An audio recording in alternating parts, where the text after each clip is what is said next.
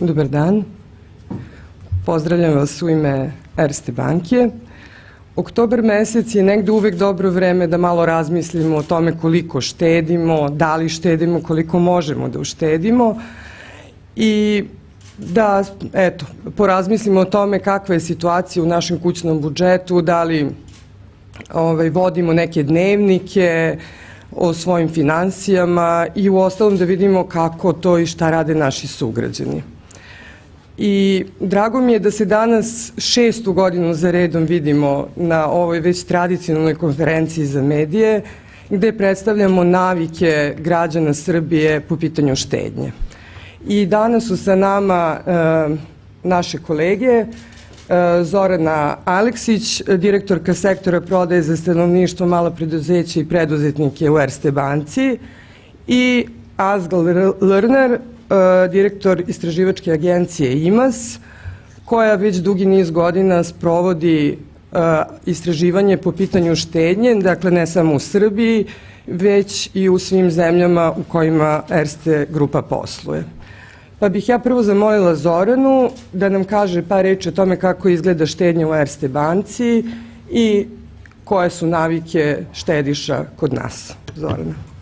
Dobar dan. Drago mi je da smo danas ovde zajedno i da imamo priliku da razmijenimo malo više informacije i odgovorimo na neka pitanja. Kao što je Dragica rekla, ja ću upravo podeliti sa vama nekoliko ključnih informacija u vezi štednje Erste Banke u Srbiji. Zaključno sa septembrom mesecom, stanje depozita fizičkih lica u Erste Banci je na nivou od 41,3 milijarde i u odnosu na kraj godine mi smo porasli za neke 3 milijarde, što predstavlja stopu rasta od 7,85%. U istom ovom periodu tržište je raslo oko 4,5 do 5%. Ovo samo govori da nas naši klijenti vide kao pouzdanog partnera, a upravo je to jedan od naših najjačih aduta, obzirom da smo mi banka koja ima tradiciju dugu 200 godina na nivou Erste Grupe, odnosno lokalno poslovanje banke od 150 godina na našem tržištu, takođe nešto što volimo da istaknemo. Ako pogledamo strukturu naših depozita, i dalje su dominantni depoziti u valuti, 90% čak svih naših depozita predstavljaju depoziti u valuti, najčešće euri, a 10% naših depozita predstavljaju dinarski depoziti. 45% svih stanja depozita su depoziti po viđenju, dok se 55% stanja naših depozita odnosi na oročene depozite i ono što mogu da istaknem kao neki trend u prethodnoj godini je da zbog niskih kamatnih stopa i sve okupne situacije na tržištu evidentno je prelivanje dela dugoročnih oročenih i kratkoročnih oročenih depozita na depozite po viđenju. Ako me pitate kako izgleda prosječan štediša u Erste Banci, mogu vam reći da on obično štedi na rok 12 meseci i duže, da je prosječan štedni ulog u valuti oko 12.000 eura, a u isto vreme da se dinarski ulozi najčešće polažu u prosječnom iznosu oko 230.000 dinara. Za ove prilike, odnosno za nedelju i za mesec štednje, Erste Banka je pripremila svojim klijentima i potencijalnim novim klijentima široku ponudu proizvoda koji su vrlo inovativni.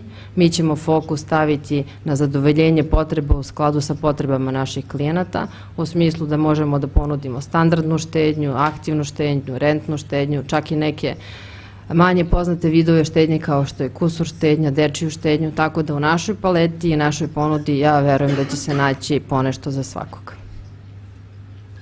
Hvala. Hvala Zorana. Hvala Zorana.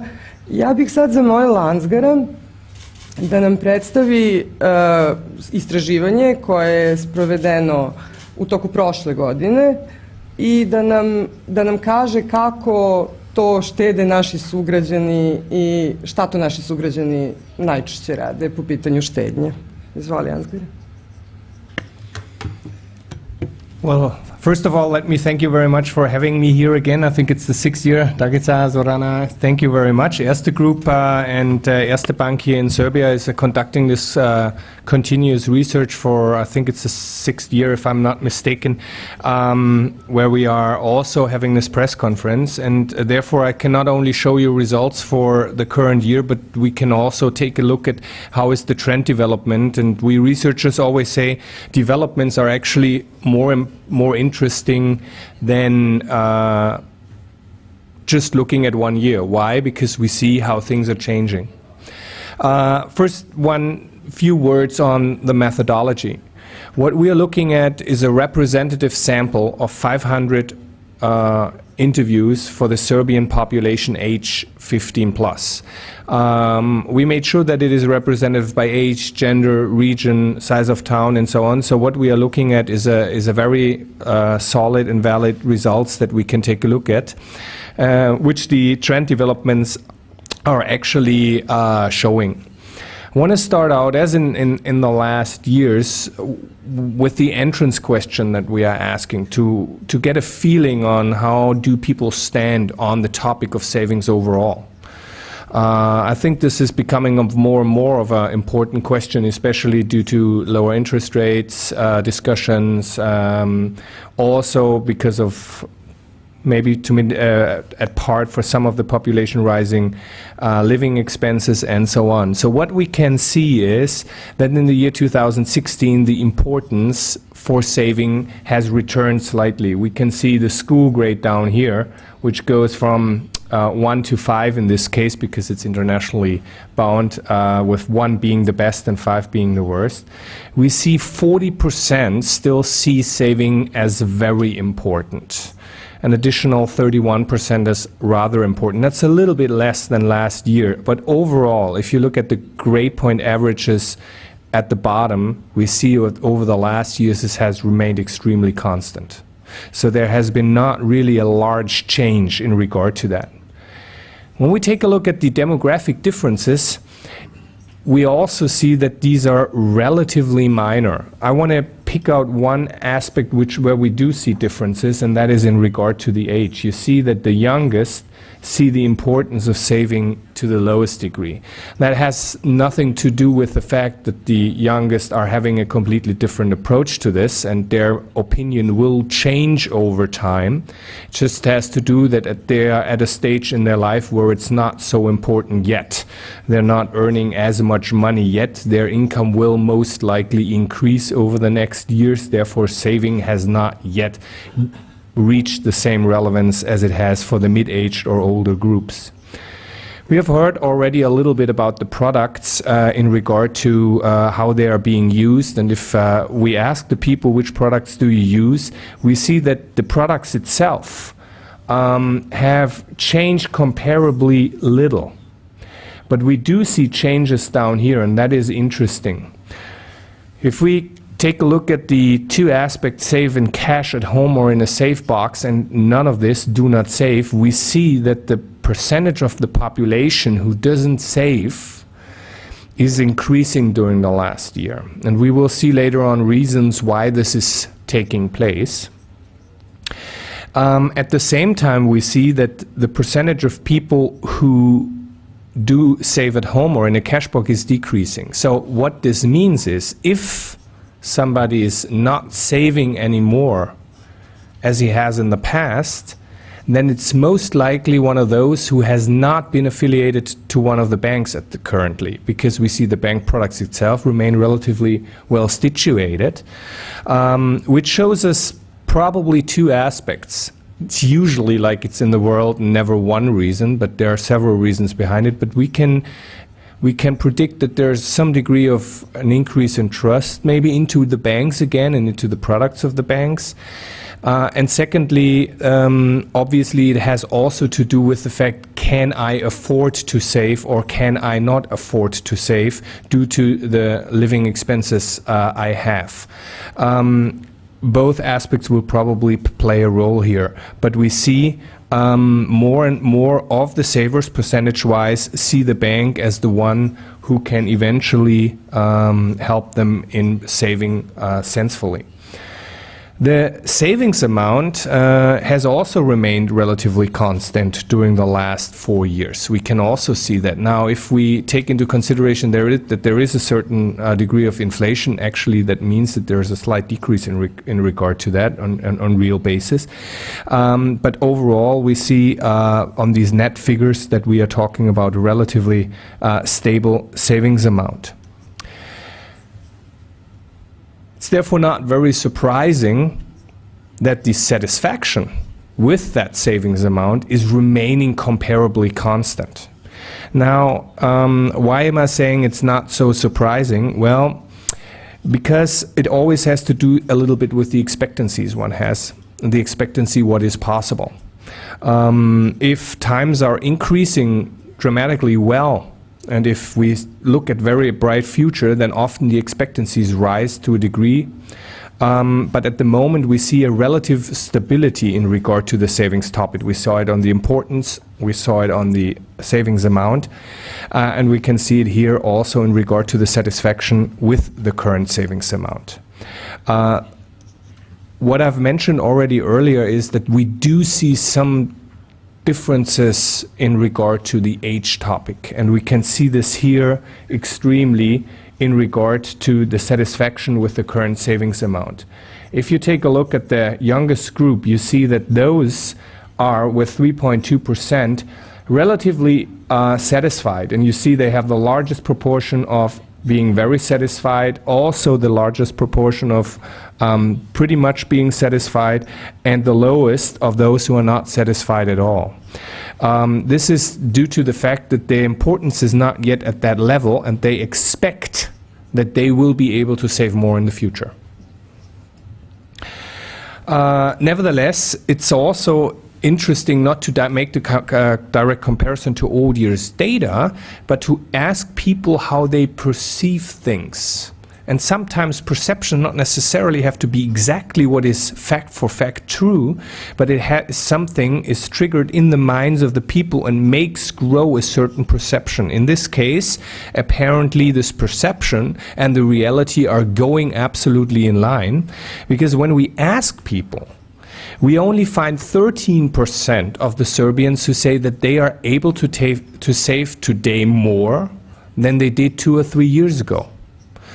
While almost 3 times as many say, 32% to be exact, that they are saving less than 2 or 3 years ago. Now we've seen that the degree of people who are not saving at all has increased dramatically during the last 4 years. And as a result, we do have more people who do save less. In this case, sometimes even don't save at all anymore.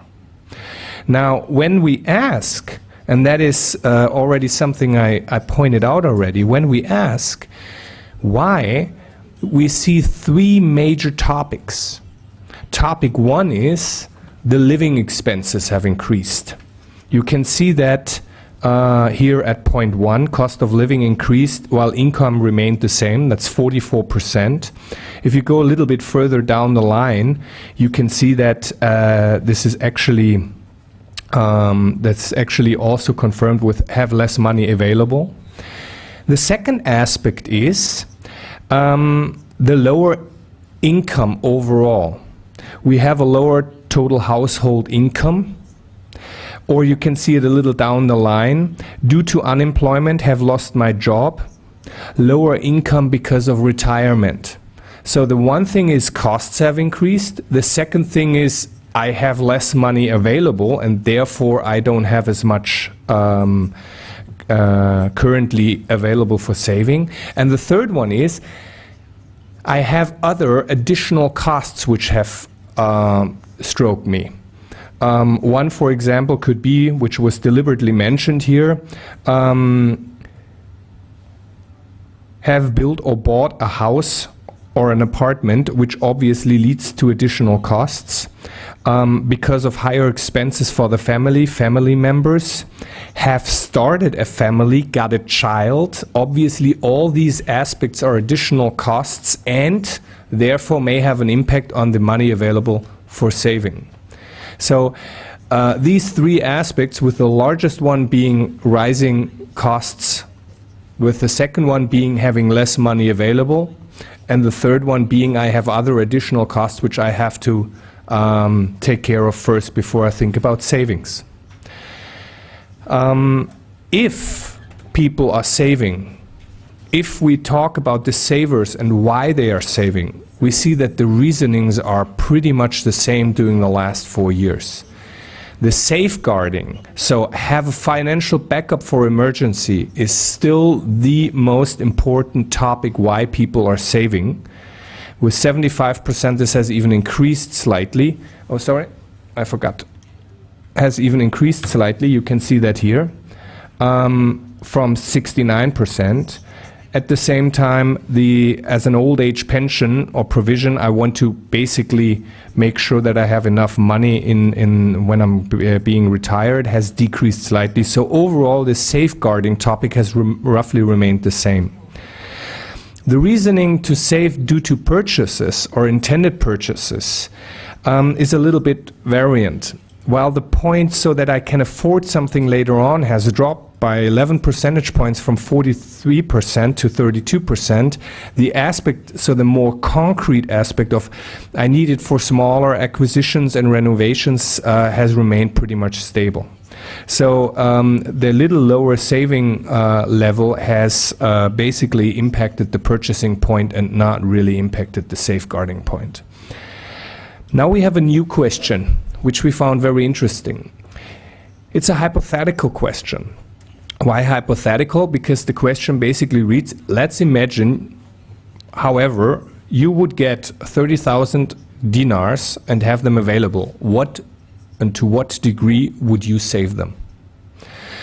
And we can see that 1/4 would not save anything of that. That's presumably because they would need it for their current expenses, maybe to pay off debt, or for their daily current expenditures. We have 14% who would save between 1 and 5,000 dinars, so that's roughly 15% of the total amount. We have about 25% who would save around roughly 1/3 of the amount, 20% who would roughly save 2/3 of the amount, and only 14% who say, okay, I could afford to just take this money and put it into my bank account and save this. So in average, we have 11,000 dinar out of the 30,000 dinars that are being saved. So roughly 1/3 of the money would potentially be put away. Now, the next slide is interesting, as well as the one following that, in regard to the topic of how do banks go into that topic? Which role do banks play? And the first question was, who do you ask for advice? And we see that around half, every second, would talk to the family and friends of that, on that. That's not very untypical that we are talking about such high values. If you ask the question, who do you talk to when you think about buying a new car, these values are even much, much higher. On the financial aspects, we talk about 46% who would talk about to family and friends on that. 16% would go to a bank branch, but we would have to add the value which comes a little bit later, and that is I would talk to my advisor, 7%. So roughly 1/4 would talk to their bank and ask, what should I do with these in average 11,000 dinars? Where should I put them and what should I do with them? Even more interesting, and that is also interesting in regard, Zorana, in regard to what you have said, where would people put them? 41% say I would take that money and at least put it partly into an avista. 30% would put it into some sort of a fixed deposit which runs over a longer period of time. Then we have 14% who would like to buy gold and precious metals, and the rest, only 11%, would keep it at home. If we remember that we still are talking about over 30% who are having their currently saved money, at least partly at home or in a safe box, it shows that this value, if they would have new money available, is clearly lower. While the percentage of people bringing money directly to the bank for investing them in bank accounts has increased. Why is this, and how does the overall attitude play into that? Well, we still have the problem, and that is something that is not uniquely Serbian. This is in many, many countries the case. We still have the topic that we have a relatively large proportion who is very resistant, or at least not extremely in favor of the topic of investing money into more risky matters like stocks, bonds, funds, and so on. We see that only 6% are very positive on that topic, 12% rather positive, 60% are roughly neutral, and the remaining around 25% are negatively on that aspect. So we have a higher percent in the population who say I'm deliberately negative on that topic than positively. So this has to do with this aspect we already saw very much at the beginning in regard to why do people save. They save because of the safeguarding topic, because they want to have something for emergencies and rainy days. Now, that implies that they have to have the feeling that this is absolutely safe money. And as we asked a self-explanatory question, we went into the topic and asked, how do you see yourself? And risk-oriented are only 6% of the Serbian population. 2% very willing to take risks on investments, 4% rather willing to take risks on investments. We have an additional 15% who say, I can imagine about sort of mixing that, but the big proportion, 55%, say I'm very safe conscious, and an additional 23% say I'm rather safe conscious. So really the large proportion, 80%, say no, I'm very much on the safeguarding side on that topic. That's why we also saw that this opinion on the stocks and bonds is so resistant as well. We also have, and you might remember that from last year, some questions on how people are standing on topics of banking and spending money and so on. We see here also an extremely constant situation. I want to just pick out the 2-3 topics in here which we can see. That's the first topic. You have the duty to provide financial security to your partner and children in case of something happens to you.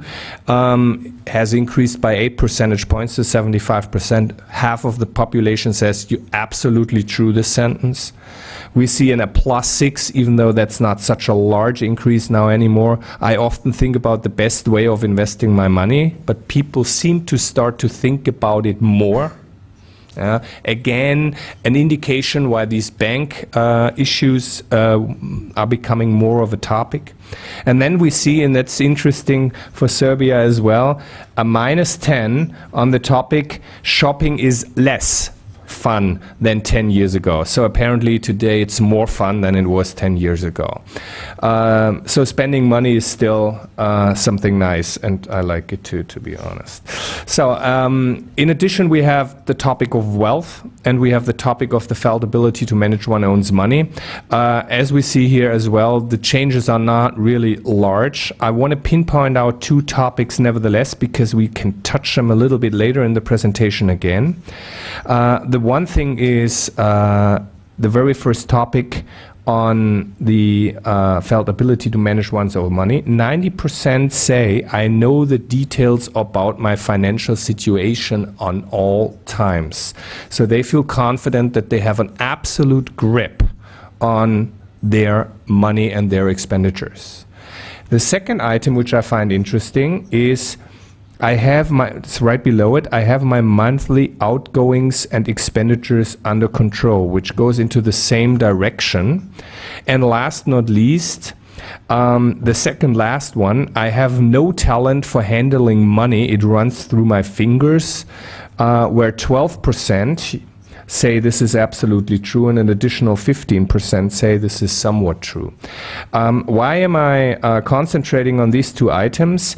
You will see that in a second, but I want to start out with the self-evaluation on how people define their own financial knowledge. People tend to interpret their knowledge quite good because nobody wants to think too negatively of oneself. It has a little bit to do with the self-consciousness that people want to keep in line. But what we can see here is that we have a twice as large of a group in regard to the negative evaluations, 22% on grade 4 and 22% on grade 5. That's together 44%, while on the two positives, we have together only 23%. So there's a larger percentage in the population who thinks that their financial knowledge is bad or very bad than there is a percentage who think that their knowledge is good or very good. In regard to the two topics I've already stressed, we have asked the additional question where we wanted to dig a little bit further on this. Do they really have a grip on their expenditures? And we can see that 61% of the population in Serbia do not use a household diary. So they're not really deliberately, objectively tracking their expenditures. Yes, everybody has a feeling, how much did I spend on chewing gum, how much did I spend on, and on the big chunks, on rent, on clothing, on gas, car, and so on, these aspects, everybody probably has a pretty good feeling where they are. And that's how people interpret the whole thing. But really writing it down and looking how other expenditures are spread up, really only a small proportion is doing that. 40% use a diary, but out of those, only a smaller proportion really makes a detailed household diary. Now, if we ask, why are you not using a household diary, we can basically see confirmed what we have seen before. 56% say, I have no need for this. And I have no need for that is because I know what I spend, even though I'm not writing it down. I don't have to do that. I know what I'm spending. So the large proportion is just simply feeling that they have a grip on their spendings, and they confirm basically what we have read on the question before. An additional 11% say it's just too time-consuming, and 6% said I'm not interested in doing that. So they acknowledge that this additional work is just a little bit too much for them. But the big interesting part here is people really think that they have no need to do that because they really have a grip and understand how much money they are spending currently on what. So if we summarize, and with that I want to close, when I summarize that, we can see that we see a very stable situation in Serbia during the last 2, 3, 4 years in regard to the topic of savings. People still acknowledge to a very large degree, over 40% say that it's very important to save their money, or to have a savings amount. Additional 30% say that it's rather important, so the large proportion thinks that it's important. The savings amount, if one saves, remains roughly constant. However, the number of people saving is declining. And it seems to be declining mainly for 3 reasons: because of higher living expenses, so increase in costs, less money available due to lower incomes, and higher costs due to changes in one's living. For example, one has gotten a child and therefore less money available for savings. We can see that the approach towards dealing with money is still that people need information, need the help of others, because their own knowledge is limited. They acknowledge that, and I think that again shows how important a bank and banks are in these times today again, to help people invest and save their money sensibly so that they get the best and the most out of it. Thank you very, very much. Zahvaljujem se Ansgaru. Zorana i Ansgar bit će otvoreni za vaše pitanje sada.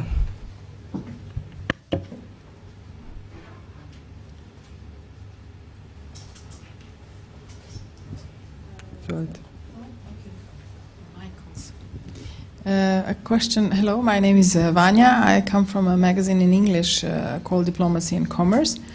It's a monthly. But I'm asking now as a citizen, also referring to the last thing you mentioned. Compared to Serbia, in Western countries, from which one of you are coming from. This domestic diary where we write everything we spend, is it common thing in Western culture, mentality? Because here we don't write anything, we just cross our fingers and hope that we will make it until the end of the month. Is it a common thing? I mean, common people, do they really do that? Thank you. No, you're right. This the situation described here in Serbia is common also in many other countries as well. It's nothing that is so untypical. The reason why this question becomes more and more interesting is obviously because of the many additional payment methods that are coming into play. If we go back 25 years, 90% of our spendings were done cash. So it was comparably easy to sort of keep an eye on what is actually going on. Then the debit cards and the credit cards came into play, making the thing a little bit more difficult, but maybe still handleable. Now we're talking about PayPal, we're talking about payment via our smartphones, all sorts of more or less more automatic payments that are taking place, NFCs via smartphones and so on. So it's interesting to understand to what degree do people actually do that, because I think it's an important topic that will come into play, and I assume that banks will also start to support and help people on these topics, giving them insights on where the money from their account is actually going to. Ja bih ovde samo dodala jednu stvar. Erste Banka je pre nekoliko godina zapravo uvela finansijskog savjetnika, odnosno jednu funkcionalnost u okviru svog net bankinga gde naši klijenti tačno mogu da znaju na što su potrošili svoj novac. Da li su to bila plaćanja računa i tačno da iseku zapravo i da imaju uvid u to šta je. Tako da banke se zaista trude da pomognu svojim klijentima i da negde naprave taj zajednički dnevnik u rukovođenju finansijama.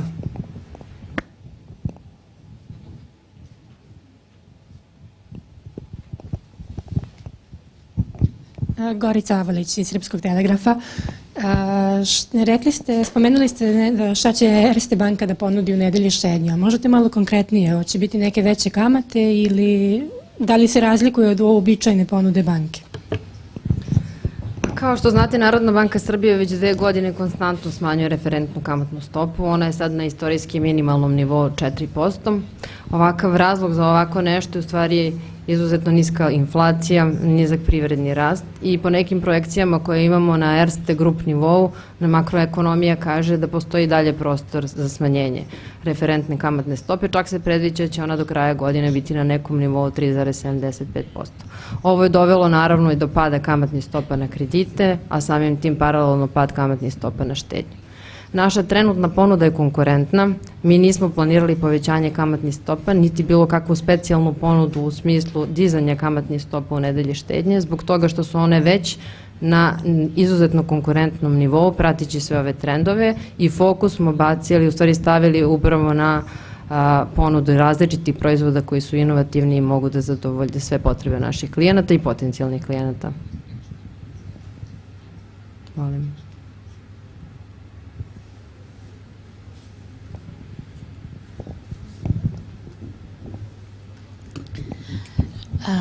Ja imam jedno pitanje za gospođu Zoranu Aleksić. Ovo nije prvi put. Ja sam Mirjana Zec, prvo da se predstavim, urednica emisije Preduzetnik.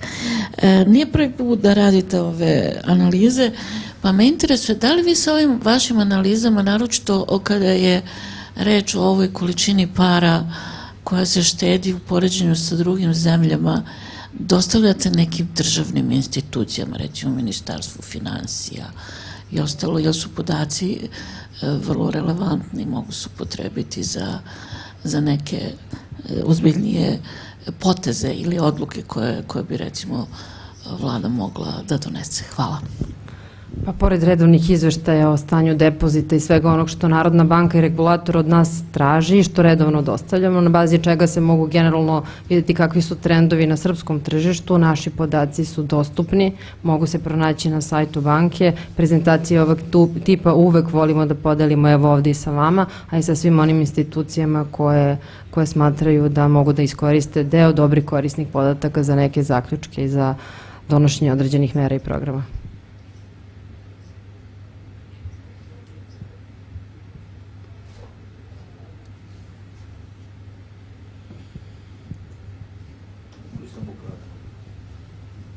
Malo uneo vedrine ovo, ja ne vodim dnevnik troškova jer bi tako i moja žena znala na šta pare idu. Ali mislim da je to vrlo pametna stvar, pa bih nešto predložio vašoj banci. Što ne napravite jednu malu brošuru? Onako knjigovodstveno, prihodi, rashodi, saldo, datum i sve to. Pa kad bi to bilo recimo napravljeno sa koricama na kojim je vaša Erste banka naznačena, bio bi to velika, a vrlo jeftina reklama za vas. Tako bi privukli mnogo mušterija. Dobre savjete uvek prihvatamo, tako da iznećemo kao ideju. Hvala vam.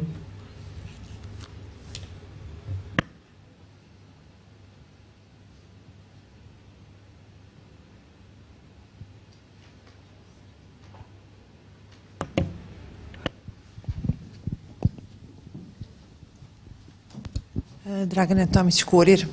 Da li imate neke podatke koliki su mesečni prihodi ljudi koji štede, koji se odluče na štednju? Znači, koja je to količina novca koju oni na mesečnom nivou zarade?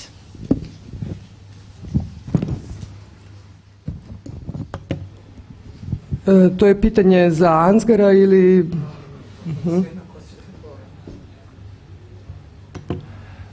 Unfortunately, we can't answer that question straightforward. These questions on the incomes are always very difficult questions, also for people to answer that, because obviously there is the income you have from your daily work, you have additional income you may have from previous savings, you may have income from rent and so on. So this is nothing we covered in this survey, so I couldn't really answer that question.